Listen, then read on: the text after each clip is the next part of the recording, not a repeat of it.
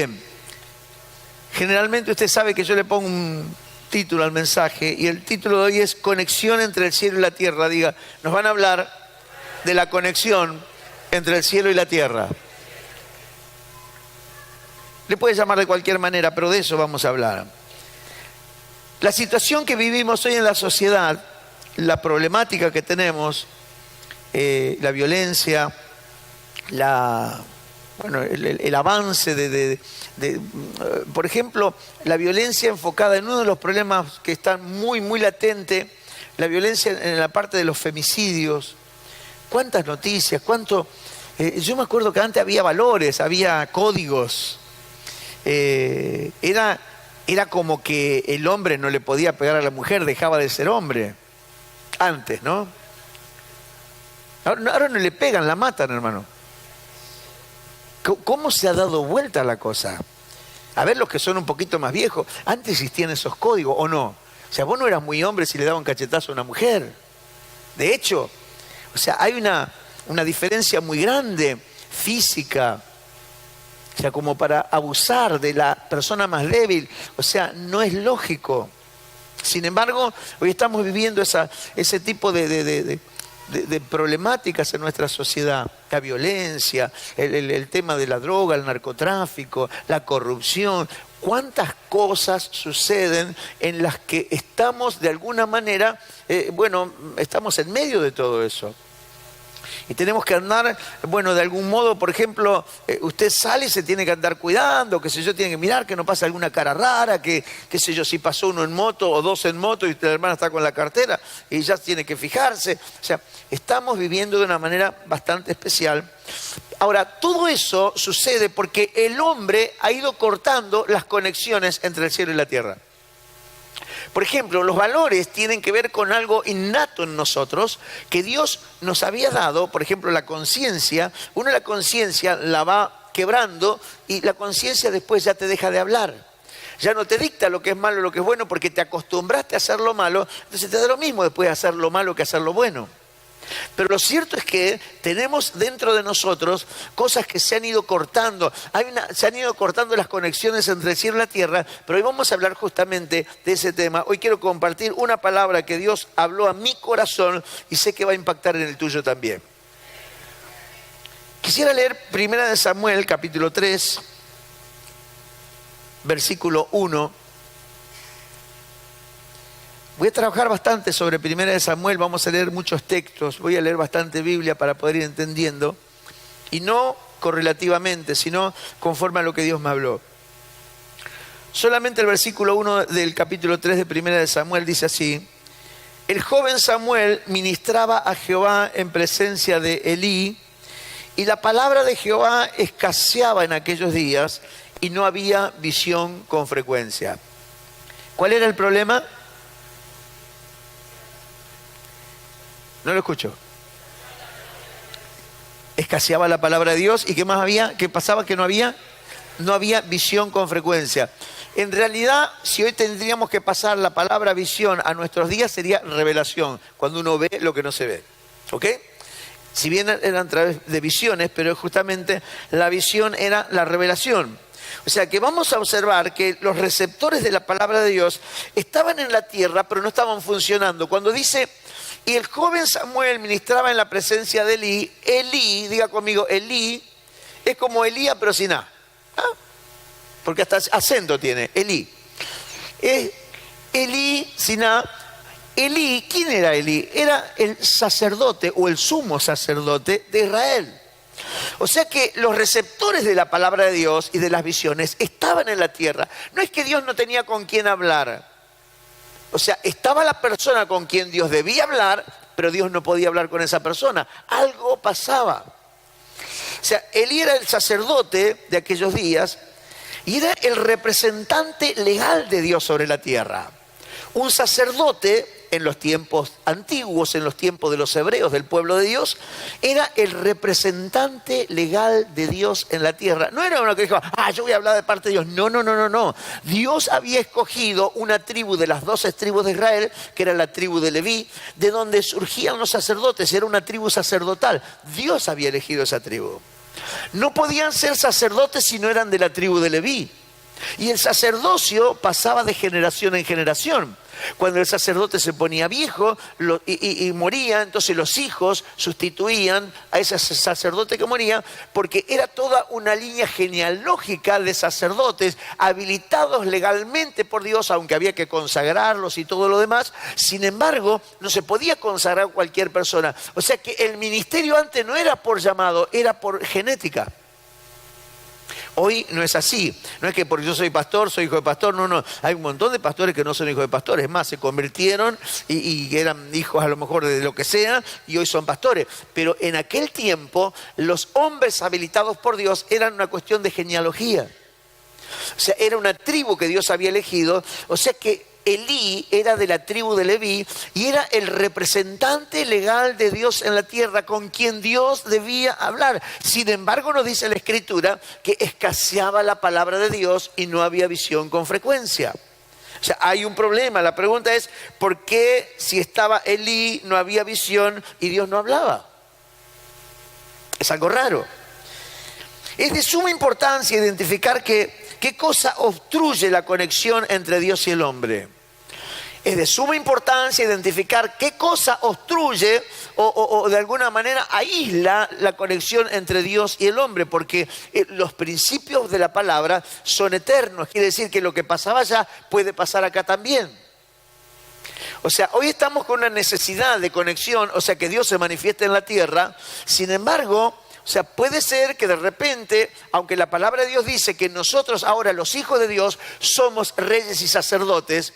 A ver, y quiero de algún modo explicar brevemente que sacerdote, a lo mejor cuando yo digo sacerdote, lo primero que usted se le imagina es un señor con un vestido oscuro, largo hasta los pies, algunos con una soguita.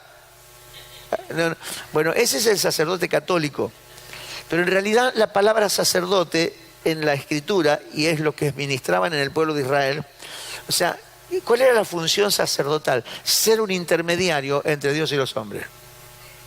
Por ejemplo, el sacerdote traía palabra de Dios, el sacerdote pedía perdón a Dios por los pecados del pueblo, el sacerdote recibía las ofrendas y se las ofrecía a Dios.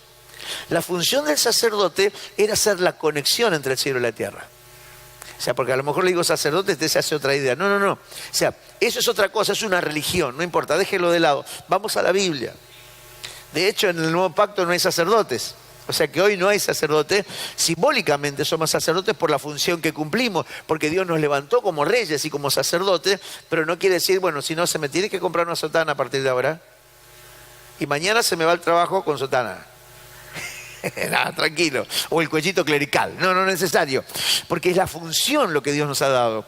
Ahora, si hoy nosotros también somos sacerdotes, quiere decir que al igual que aquellos sacerdotes, hay una similitud, por lo tanto hay una responsabilidad, no sobre los pastores, sobre los apóstoles, los profetas, sino sobre el pueblo de Dios.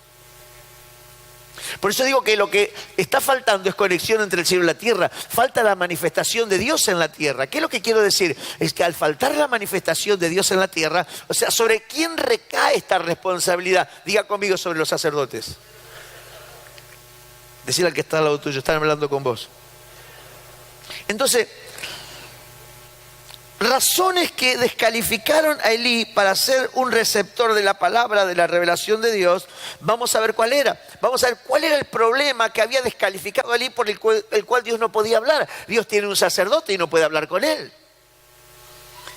O sea, era el nexo justo, era quien debía ser, pero no podía hablar, había un problema. ¿Cuál era la razón? Tenemos que identificarlo en la palabra. Los hijos de Elí eran un problema, aunque eran sacerdotes. Lea 1 Samuel capítulo 2, versículo 12. Y esto es muy fuerte porque a alguno le va a pegar medio en la costilla lo que voy a decir, y no se me ofenda. Y los que escuchan por el video también, porque por ahí estamos llegando a otra cantidad de gente que no está acá adentro. O sea, perdóneme, pero en realidad a veces necesitamos que la palabra de Dios nos confronte. 1 Samuel 2:12 dice, y los hijos de Elí eran hombres muy buenos. ¿Qué quiere decir impío? Que no tenían piedad. La palabra pío es buscador de Dios, impío es alguien que no busca a Dios. por lo tanto es impío. Impío quiere decir eso, alguien que está totalmente alejado de Dios. Escuche, los hijos de Elí eran hombres impíos y no tenían conocimiento de Jehová. ¿Cómo? Eran sacerdotes de Dios y no conocían a Dios. No se ofenda, le cuento. ¿Cuánto quiere escuchar un chisme? Lo que no se entere nadie. ¿Sabe cuántos hijos de Dios no conocen a Dios?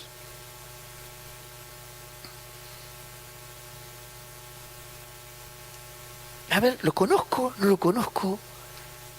¿Cómo es el asunto?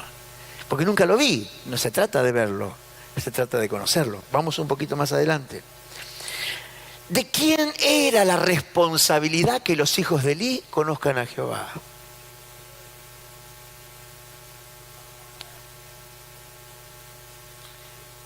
Perdónenme, señor, es como el dicho que decía cuando anunciaban antes, no sé cómo será ahora, hace tanto que no miro televisión. Miro así muy a las perdidas, pero no a ese horario nunca estoy. Cuando terminaba el horario de protección al menor, dice, es responsabilidad de los señores padres que los niños permanezcan ante la pantalla del televisor.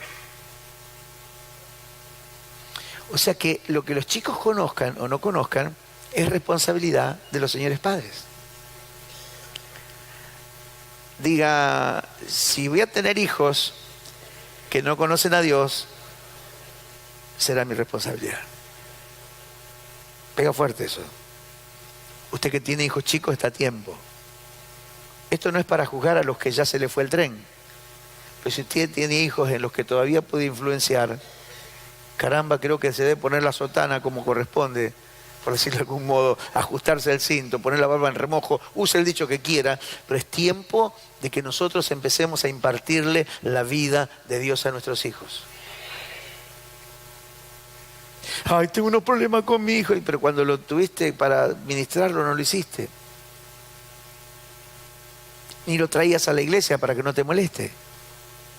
Pasa que si lo educás bien en tu casa, en la iglesia no te va a molestar. Es todo un trabajo, pero ser padres no es simplemente parir, hermano. Ser padres es trabajo todos los días hasta que el hijo se te va de tu casa. Todos los días, aun cuando son grandes ya y viven bajo tu techo, es la responsabilidad diaria de criarlos, educarlos y mantenerlos correctamente. Es trabajo de los señores padres que los hijos sean educados. Entonces, ¿de quién era la responsabilidad? Eran hijos de un sacerdote y ellos mismos ministraban en el templo de Dios. ¿Cómo que ministraban? Sí, la Biblia lo dice. 1 Samuel capítulo 1, versículo 3, dice así. 1 Samuel 1:3, dice, y todos los años aquel varón subía a su ciudad para adorar y para ofrecer sacrificio a Jehová de los ejércitos en Silo, donde estaban los hijos de Elí, Ofni y Fines, sacerdotes de Jehová. ¿Cómo se llamaban los hijos de Elí? Diga, Ofni y Fines. Ahí va para las embarazadas. Si es varón ya tiene dos nombres más para elegir, no necesariamente. Ofni, medio raro. Fines, medio raro. Pero bueno, a lo mejor le sirve. No sé si lo van a aceptar. Pero Ofni y Fines eran los hijos de Elí y eran sacerdotes de Jehová. Son los mismos muchachos de lo que dice la palabra que no conocían a Jehová y eran hombres impíos. Vale decir que en el templo o en el tabernáculo, que es lo mismo, por ahí lo menciona como templo o por ahí como tabernáculo, de Dios en ese momento, los que ministraban, porque después vamos a ver que Elí ya estaba viejo, eran dos muchachos que eran corrompidos, que eran impíos y no conocían a Dios. O sea, usted tiene un pastor impío, corrompido y que no conoce a Dios. Andaba bien la iglesia, y la gente venía a ofrecer sacrificio. Sin embargo, los sacerdotes no funcionaban. Entonces, toda la familia de Elí estaba en problemas por el trato que ellos tenían con las ofrendas. Vamos a ver ahora sí te voy a leer el versículo que leímos hoy. ¿Viste? 1 Samuel 2, 13 al 16, te voy a leer para que vayamos entendiendo un poco más cuál era el problema. Uno de los problemas, y uno de los problemas más graves, Escuchá y prestá atención. Recordá, Elí era el sacerdote, Ofni y Fines, los hijos que ya estaban funcionando como sacerdote porque Elí estaba muy viejo. Y vamos a ver lo que pasaba en aquel ministerio. No te olvides que estamos en Israel, la gente venía a traer su ofrenda, que eran animales, que eran diferentes. Algunos se cocían, algunos se quemaban, otros se hervían, diferentes tipos de ofrenda. Fíjate lo que dice la palabra. Y era costumbre de los sacerdotes, 1 Samuel 2:13 al 16, con el pueblo, que cuando alguno ofrecía sacrificio, venía el criado del sacerdote. No el sacerdote, o sea, no Ofni y Fines, sino el criado, el ayudante, el empleado. Dice, y venía el criado del sacerdote mientras se cocía la carne, trayendo en su mano un garfio de 3 dientes, un gancho. Dice, y lo metía en el perol, o en la olla, o en el caldero, o en la marmita donde se cocinaba el sacrificio. Y todo lo que sacaba el garfio, el sacerdote lo tomaba para sí. De esta manera hacían con todo israelita que venía a Silo. Esa es la forma. Asimismo, antes de quemar la grosura, venía el criado del sacerdote y decía al que sacrificaba, da carne que asar al sacerdote, porque no tomará de ti carne cocida, sino cruda. Y si el hombre le respondía, quemen la grosura primero y después toma tanto como quieras, él respondía, no, sino dámela ahora mismo, de otra manera yo la tomaré por la fuerza.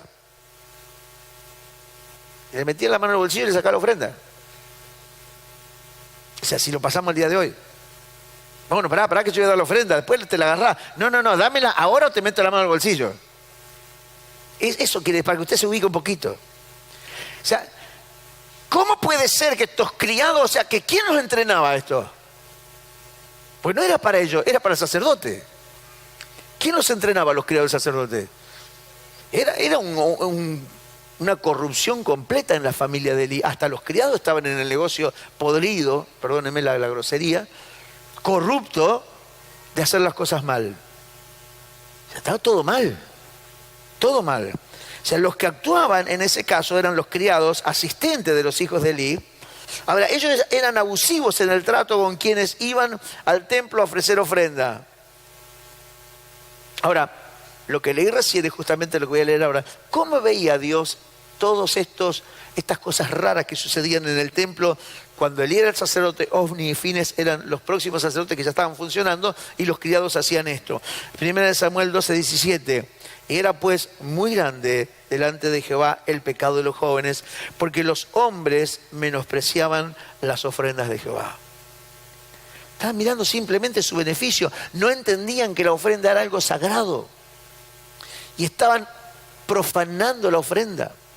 Ese era el pecado, hermano, y que para Dios eso le costó. Dice, yo no puedo hablar con este tipo que no entiende nada, no entiende ni siquiera lo que tiene que entender, porque la función del sacerdote era recibir el sacrificio y ofrecerlo delante de Dios para perdón de los pecados, y ellos lo único que pensaban en qué iban a comer, de qué manera se iban a aprovechar de eso. O sea, estaban totalmente corrompidos y no entendían los principios básicos. Entonces, se supone que estos jóvenes, los criados de Ofni y Fines, actuaban con permiso de sus amos. Elí no era ajeno a lo que pasaba en el templo, él estaba allí.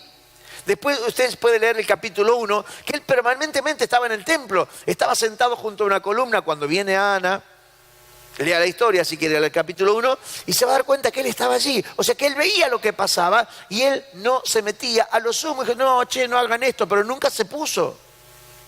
Entonces Dios tiene un problema con Elí porque Elí acepta la corrupción y no pone límites. Diga conmigo, hay un problema cuando no se ponen límites. Estos hombres profanaban las ofrendas de Dios. Profanar es tratar algo sagrado sin el debido respeto. Las ofrendas eran el diseño de Dios para expiar el pecado y eran el símbolo del Cordero de Dios que sería enviado para la salvación del mundo entero. No era poca cosa la ofrenda. Y ellos la trataban con desprecio, no le importaba nada. Había un conflicto allí. Es un gran problema. Esa familia sacerdotal era una familia, escuche esto, profanadoras de ofrenda. Diga conmigo, estos hombres eran profanadores de ofrenda. Otra razón, no menos importante, por la que Dios no hablaba con Elí, está en 1 Samuel capítulo 2, versículo 22. Y acá llega lo que le dije recién, que Elí era viejo. Después dice, más adelante dice la edad. Dice, pero Elí era muy viejo y oía de todo lo que los hijos hacían con todo Israel y cómo dormían con las mujeres que velaban a la puerta del tabernáculo de reunión. O sea, eran unos animalitos, unos rinocerontes, unas bestias. O sea, no solamente se metían con el tema de la ofrenda, pero había mujeres que servían en la puerta del templo y se acostaban con ellas. O sea, toda la perversión junta. ¿Dónde era? En la casa de Dios. ¿Quién era el responsable de todo eso? Elí. Él lo permitía. Él era la autoridad mientras viviera. Hermano, si usted se me pone a hacer problema acá, de hecho lo he hecho en alguna oportunidad.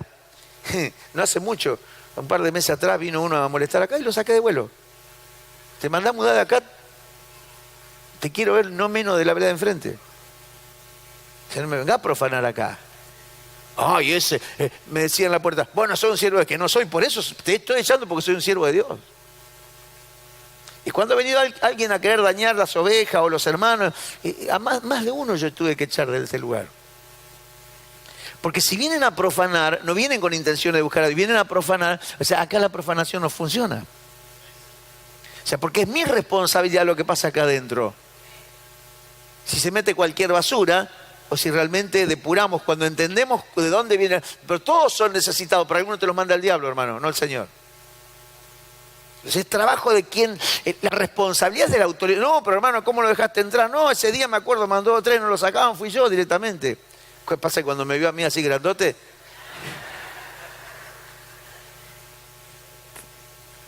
No, pero me alcanzó el cuerpo, porque no era muy grandote tampoco. Lo agarré de acá arriba y me lo llevé así para afuera.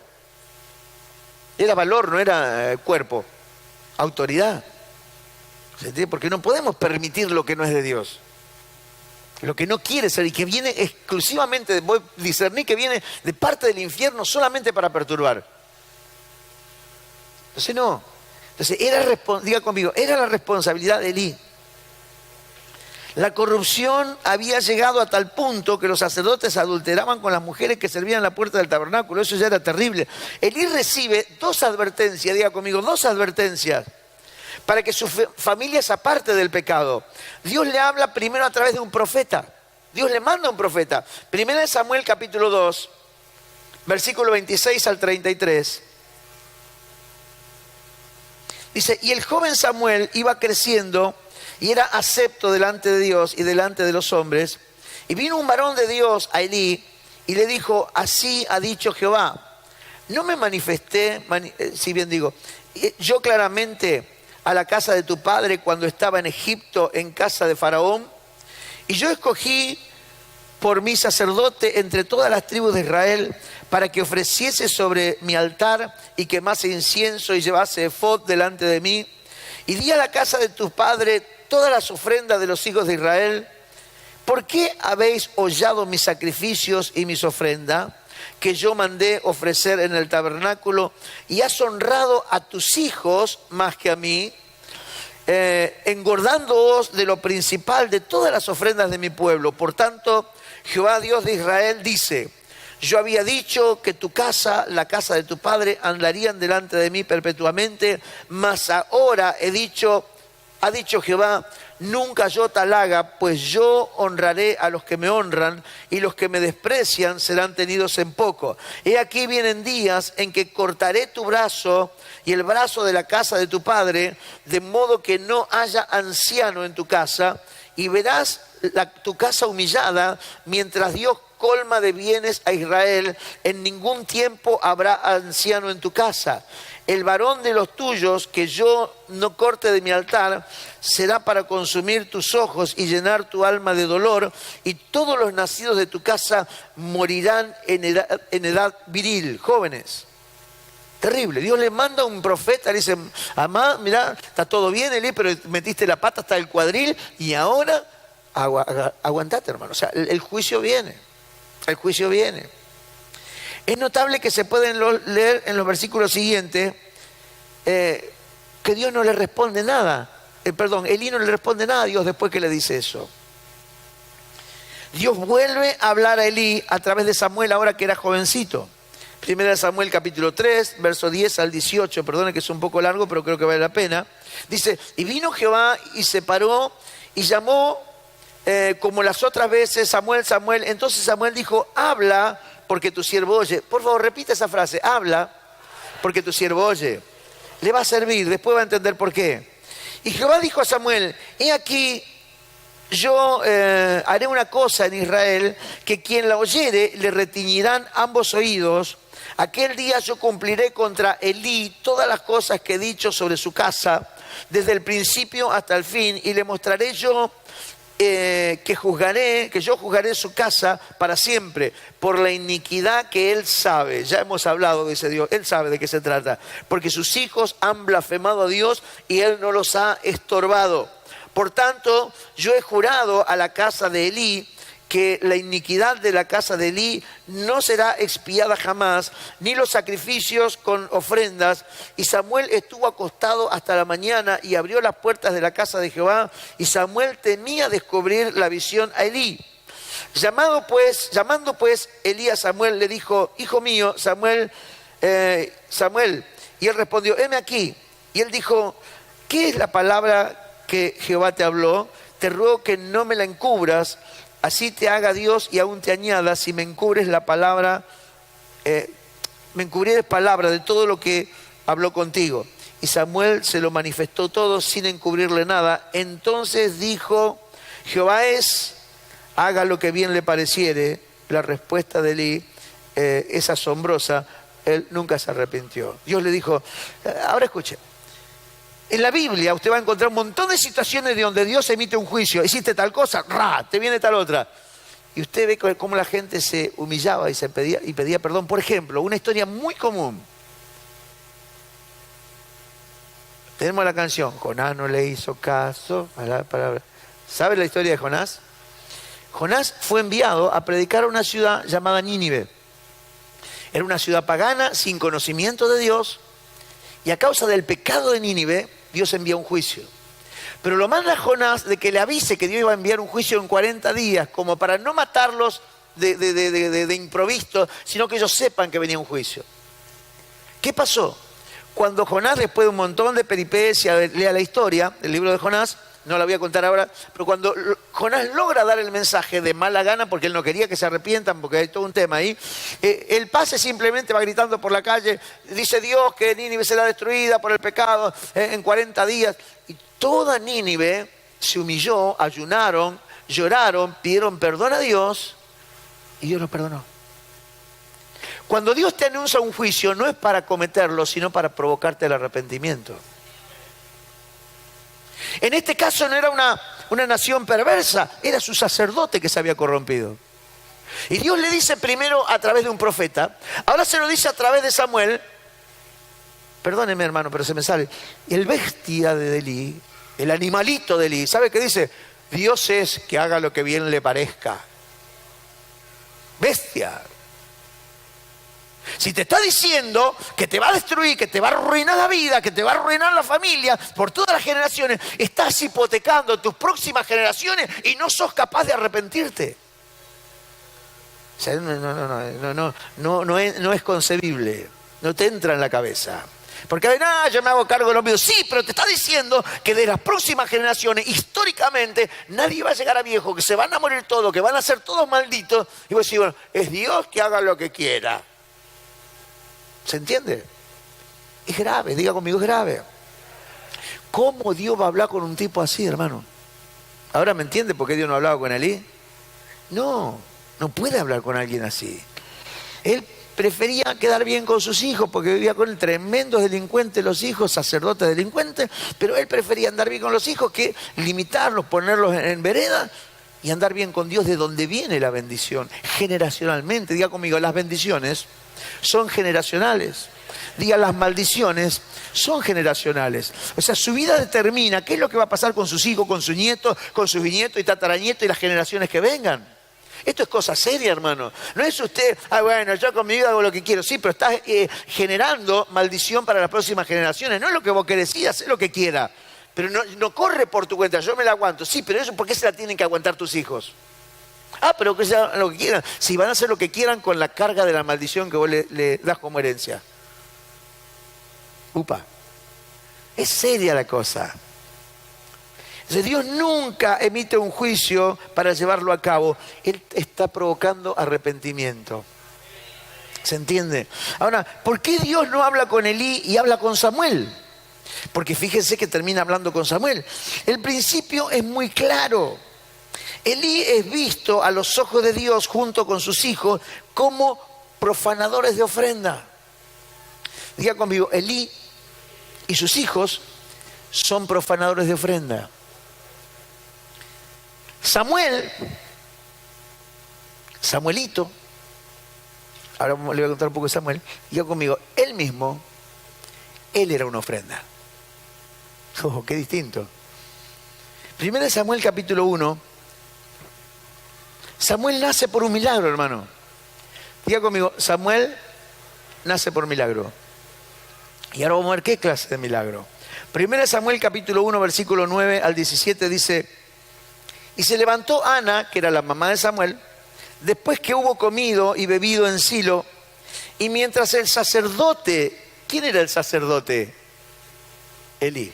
Mientras el sacerdote Elí estaba sentado en la silla junto al pilar del templo de Jehová. ¿Ve que el tipo vivía en el templo? Estaba sentado ahí, ¿qué no va a ver lo que pasaba en el templo? No era tonto. Mientras el sacerdote Elí estaba sentado en una silla junto al pilar del templo, ella, con amargura de alma, oró a Jehová y lloró abundantemente e hizo voto diciendo, escuche, Jehová de los ejércitos, si te dignares a mirar la aflicción de tu sierva y te acordares de mí y no te olvidares de tu sierva, sino que dieres a tu sierva un hijo varón, porque era estéril, yo lo dedicaré a Jehová todos los días de su vida y no pasará navaja sobre su cabeza. Mientras ella oraba largamente delante de Jehová, Elí estaba observando la boca de ella. Pero Ana hablaba en su corazón y solamente se movían sus labios y su voz no se oía. Y Elí la tuvo por ebria. Entonces le dijo Elí, ¿hasta cuándo estarás ebria? Digiere tu vino. Y Ana le respondió diciendo, no, Señor mío, yo soy una mujer atribulada de espíritu. No he bebido vino ni sidra, sino que he derramado mi alma delante de Jehová. No tengas a tu sierva por una mujer impía, porque por la magnitud de mis congojas y de mi aflicción he hablado hasta ahora. Elí respondió y dijo, ve en paz, y el Dios de Israel te otorgue la petición que has hecho. No entendía nada Elí, hermano. Un discernimiento de espíritu muy fino tenía, ¿no? Vio una mujer quebrantada, porque si usted lee la historia al principio, que no lo puedo hacer, Ana era esposa del Elcana, no era policía, se llamaba así. Son nombres de antes, también tiene ese nombre para ponerle a los hijos. Elcana, todos juntos. No, Elcana. Y Elcana tenía dos mujeres, Penina y Ana. Y Penina la irritaba a Ana y la amargaba todo el tiempo, porque ella tenía hijos y esta no. Entonces cuando fueron a ofrecer sacrificio a Dios y a llevar su ofrenda, ella se propuso ir delante de Dios y clamar a Dios y llorar y derramó su alma delante del Señor y le pidió un hijo y le dijo que si Dios le daba ese hijo, se lo devolvía a Dios todos los días de su vida. Y cuando dice no pasará navaja por su cabeza, ese era el voto del nazareo. El nazareo era un hombre consagrado a Dios y el símbolo de que era un hombre consagrado a Dios, no se cortaba en el cabello nunca, que es igual que Sansón. Cuando Sansón se corta el pelo, lo que hace es decir, ya no soy consagrado a Dios, por eso pierde todo lo de Dios. No se me va a dejar el pelo largo. Samuel es ofrendado por su madre antes de nacer. Su madre entrega esa ofrenda. ¿Y qué ofrenda? Porque nace Samuel, la mujer se va y queda embarazada. Y al próximo año no va a ofrecer, porque ellos iban a ofrecer sacrificio a Silo, donde estaba el tabernáculo y donde estaba Elí y sus hijos. Ellos iban. Entonces, después de los años próximos, no subió porque ella había tenido hijo, había nacido Samuel. Dice el versículo, 1 Samuel capítulo 1, verso 24 al 28, porque la promesa de ella que se lo tenía que dar a Dios, pero no le podía dar un bebé.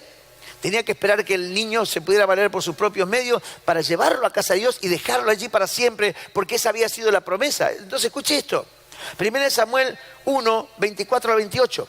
Después que lo hubo destetado, lo llevó consigo con 3 becerros, un efa de harina, todo eso es ofrenda, y una vasija de vino, y lo trajo a la casa de Jehová en Silo, otra vez donde estaba Elí. Y el niño era pequeño, ahora le digo qué tan pequeño era. Dice, y matando el becerro, trajeron el niño a Elí, y ella dijo, oh Señor mío, vive tu alma, Señor mío, yo soy aquella mujer que estuvo junto a ti orando a Jehová. Por este niño oraba y Jehová me dio lo que pedí. Yo pues lo dedico también a Jehová. Todos los días que viva será de Jehová. Y adoró allí a Jehová. Y lo dejó.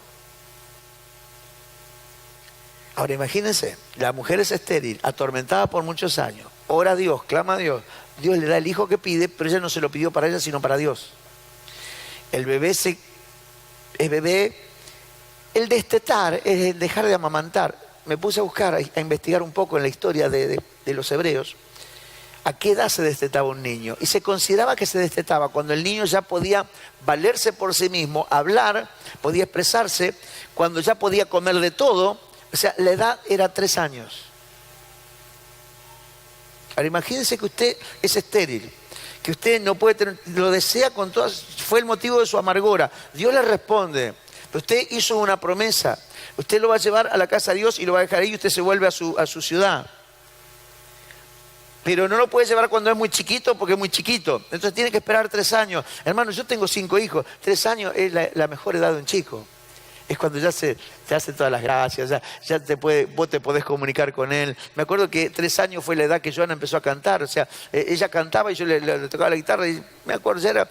O sea, es la mejor edad. Vos lo tenés 3 años y después de los 3 años lo tenés que llevar para dejarlo. Escuchá, dejárselo a un viejo arruinado que no entiende nada de Dios, con 2 hijos depravados, que se acuesta con la mujer que está en el templo, lo tenés que dejar ahí.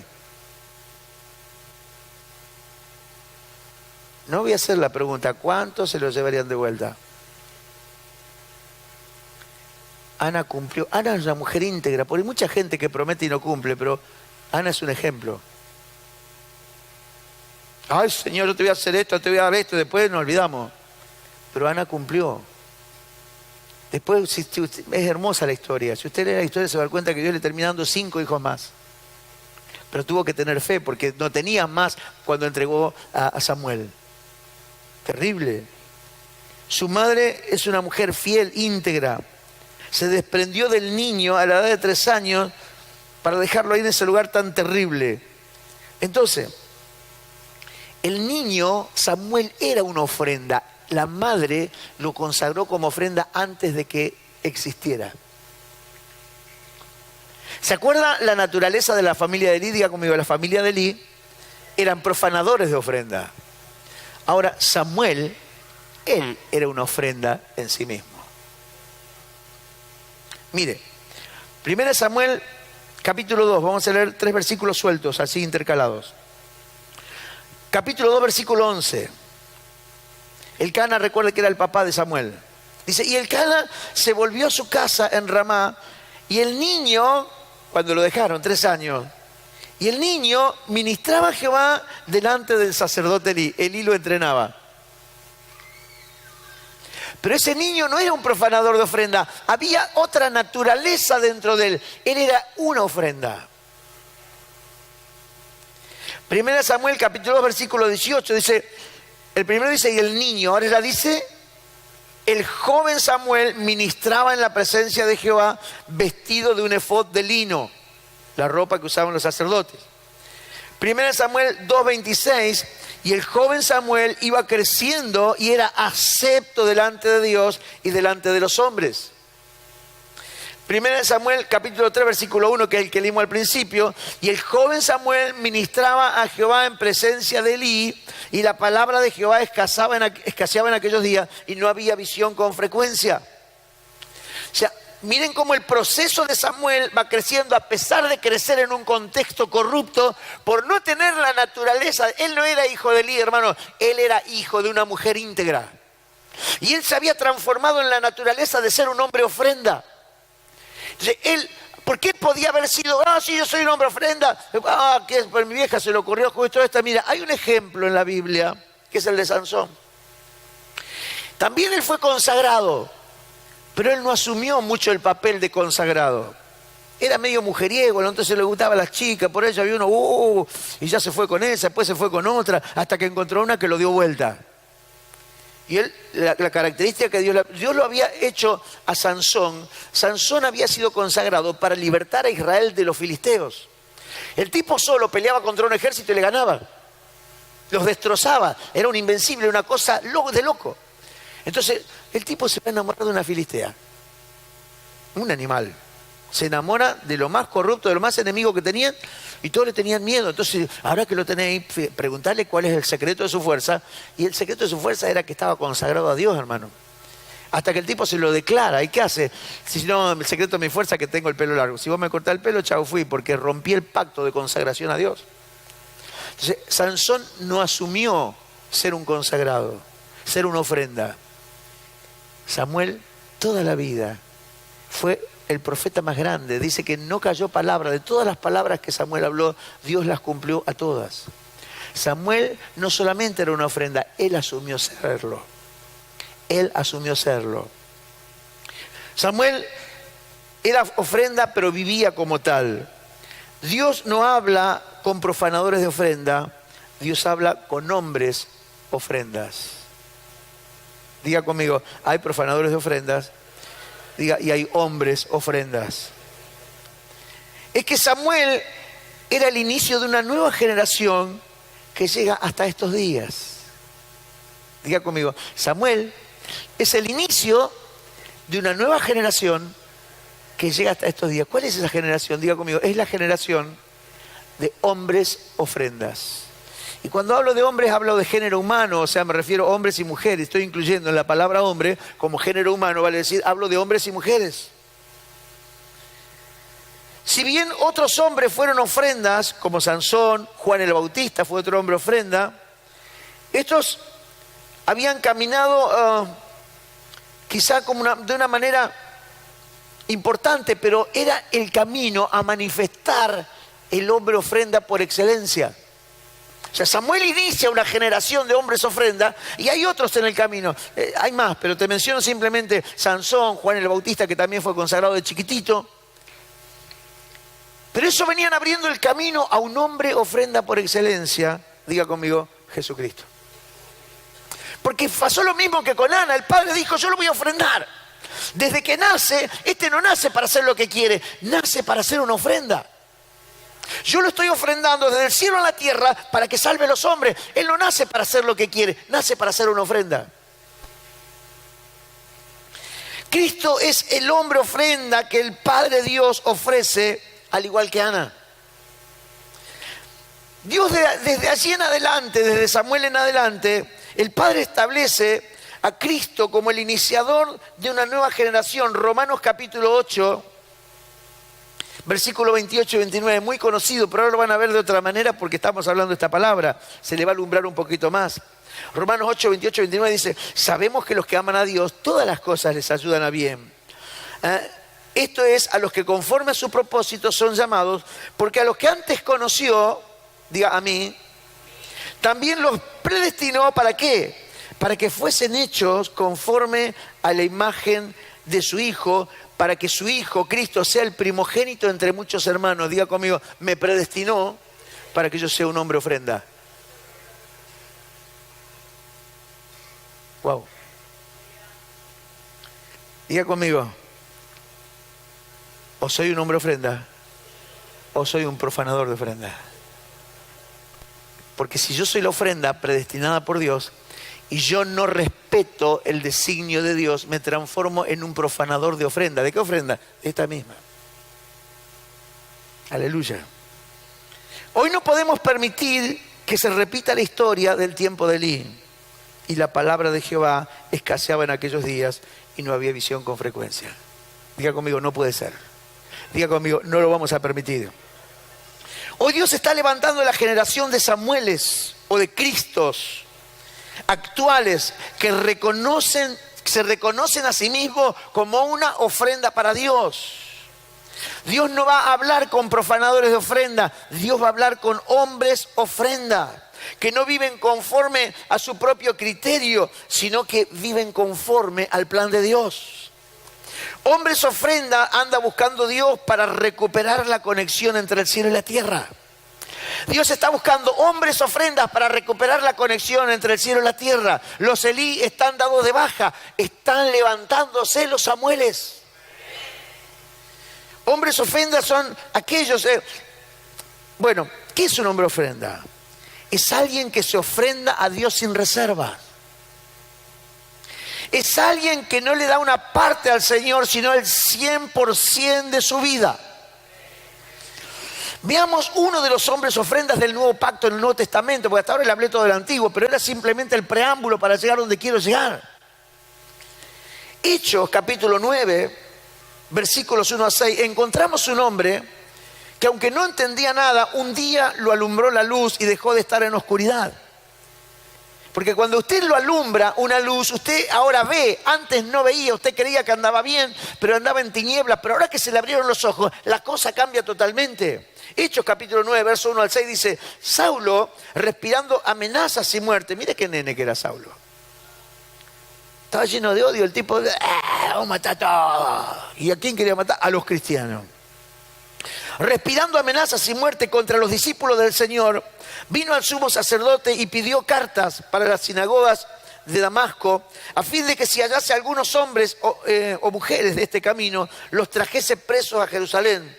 Mas yendo por el camino, aconteció que al llegar cerca de Damasco, repentinamente le rodeó un resplandor de luz del cielo, y cayendo en tierra, oyó una voz que le decía, Saulo, Saulo, ¿por qué me persigues? Y él dijo, ¿quién eres, Señor? Y él dijo, yo soy Jesús, a quien tú persigues. Dura cosa es dar patada contra el aguijón. Él temblando y temeroso dijo, Señor, ¿qué quieres que yo haga? Y el Señor le dijo, levántate y entra en la ciudad y se te dirá lo que debes hacer. En este caso, Saulo podía haber dicho, está bien, Señor, está bien, listo, no te persigo más, tranquilo. Si a vos te molesta que te persiga, yo conozco que soy demasiado grande y me voy a quedar en el molde. Podía haber dicho eso, ¿o no? ¿Qué le reclama a Dios? Que lo perseguía, que le estaba persiguiendo la iglesia. ¿Cuál hubiera sido lo más natural? Listo, tranquilo, o acá, yo allá, no me meto con vos, sigo mi camino. Eso hubiera sido lo más normal. Nosotros estamos acostumbrados a leer la historia y sabemos cómo termina. Pero si usted alguien lo reprende porque está haciendo algo mal, ¿qué es lo que usted va a hacer? Listo, está bien, ya está, quédate tranquilo, me quedo piola. Pero no pasa eso. Cuando él recibe luz, porque dice que lo rodeó una luz, un resplandor de luz del cielo, ¿sabe quién era ese resplandor de luz? Diga conmigo, Cristo. ¿Y sabe quién es Cristo? Es el hombre ofrenda por excelencia. Cuando lo alumbra la naturaleza del hombre ofrenda, lo alumbra a este hombre que ya estaba predestinado en la eternidad, que él también sea un hombre ofrenda. Entonces sucede algo. Dios le habla. Pero no como algunos que Dios le habla y no se entregan nunca, ni se arrepienten nunca, hermanos, están siempre ahí, pero está bien, Señor, me voy a portar bien, pero nunca se entregan. Inmediatamente aflora una actitud de un hombre ofrenda que no es la actitud de cualquiera. ¿Sabe qué dice un hombre ofrenda? Señor, ¿qué querés que haga? Me entrego.